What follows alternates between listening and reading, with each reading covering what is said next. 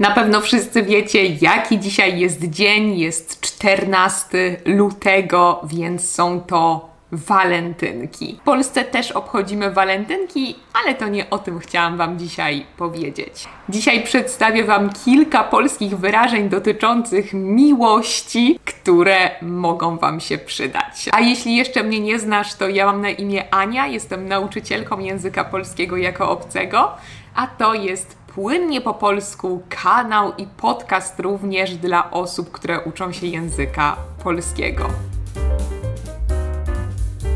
Zaczniemy sobie od wyrażeń, które mówią o początku relacji, początku związku, a potem stopniowo przejdziemy sobie do głębszej miłości, do głębszego uczucia. Dlatego chciałam zacząć od wyrażenia mieć motyle w brzuchu.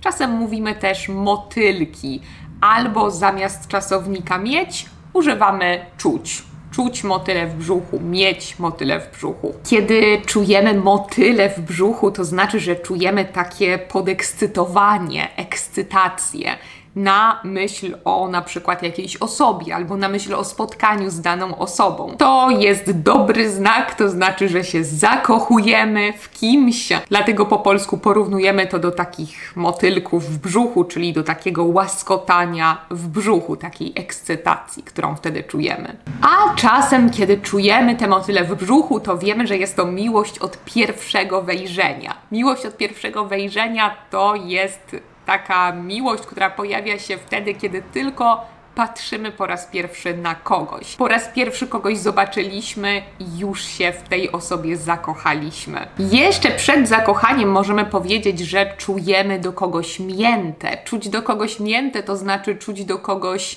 sympatię, być kimś zauroczonym. Jeśli jesteśmy zauroczeni kimś, to znaczy, że jeszcze nie jesteśmy zakochani, ale ta osoba wydaje nam się już atrakcyjna. Ta osoba nam się podoba. Po polsku bardzo często mówimy, że ktoś nam się podoba. To znaczy, że jeszcze nie jesteśmy zakochani, ale jest ta osoba dla nas atrakcyjna. Więc bardzo często ktoś może Was z Polski zapytać: podoba Ci się ktoś w tym momencie? To znaczy, czy masz kogoś na oku?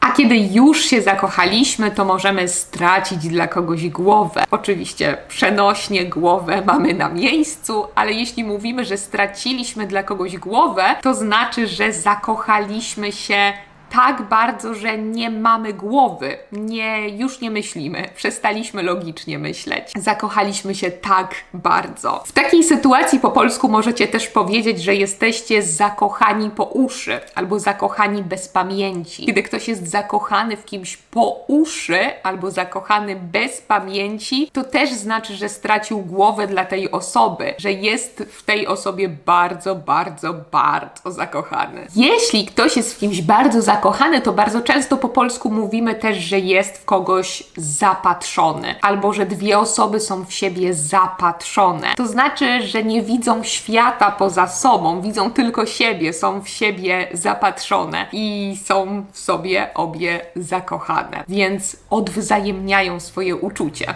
To bardzo dobrze. Niestety czasem miłość jest ślepa, co znaczy, że nie widzimy wad drugiej osoby, szczególnie na początku, kiedy jesteśmy bardzo zakochani, to nie możemy zauważyć, dlaczego ktoś z naszego otoczenia mówi nam: to może nie jest osoba dla Ciebie. Wtedy mówimy po polsku, że miłość jest ślepa. Jeśli mieliście pierwszą miłość, która była bardzo silna, to po polsku możecie powiedzieć, że stara miłość nie rdzewieje. Rdzewieć to znaczy, kiedy macie jakieś stare przedmioty metalowe i pojawia się na nich taki pomarańczowy osad. To jest właśnie rdza. Mówimy, że stara miłość nie rdzewieje, to znaczy, że zawsze pamiętamy o tej pierwszej miłości, o tej dawnej miłości, która była taka silna, bo były to pierwsze takie emocje. Jeśli już to uczucie jest bardzo głębokie i czujecie, że będzie na zawsze, to możecie powiedzieć, że jest to miłość do grobowej deski. Grobowa deska, czyli trumna, czyli to, w czym chowamy osoby zmarłe. Dlatego ta miłość jest do samego końca życia.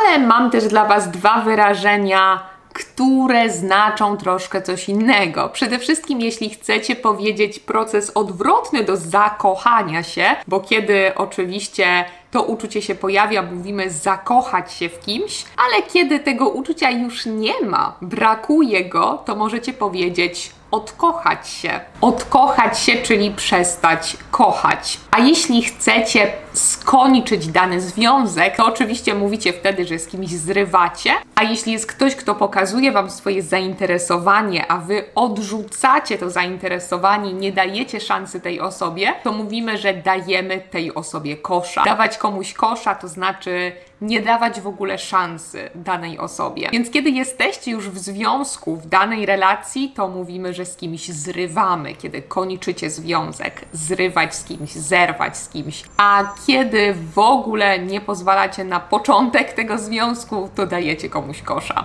Koniecznie dajcie mi znać, czy w Waszych językach też są takie wyrażenia. Jestem bardzo, bardzo ciekawa, czy są takie same, czy inne. Dzisiaj taki krótki filmik tylko po to, żeby nauczyć Was tych kilku polskich wyrażeń. Mam nadzieję, że coś z tego zapamiętacie. A żeby zapamiętać lepiej, na Patreonie pojawią się ćwiczenia do tego filmiku, do tych właśnie wyrażeń, więc koniecznie tam zajrzyjcie. Link jest w opisie filmu. Zresztą na Patreonie opublikowałam też dodatkowy podcast o walentynkach, o ich historii, bo wbrew pozorom wcale nie wzięły się ze Stanów Zjednoczonych, więc jeśli macie ochotę posłuchać trochę na temat tego, skąd się wzięły, dlaczego je w Polsce obchodzimy, to też zajrzyjcie na Patreona. A ja bardzo dziękuję moim obecnym patronom. Jestem Wam bardzo, bardzo wdzięczna za to, że jesteście ze mną i za to, że mnie wspieracie. Czekam na Wasze komentarze i jestem bardzo ciekawa, jak jest w Waszych językach. Do usłyszenia w kolejnych podcastach, do zobaczenia w kolejnych filmikach. Pa, pa!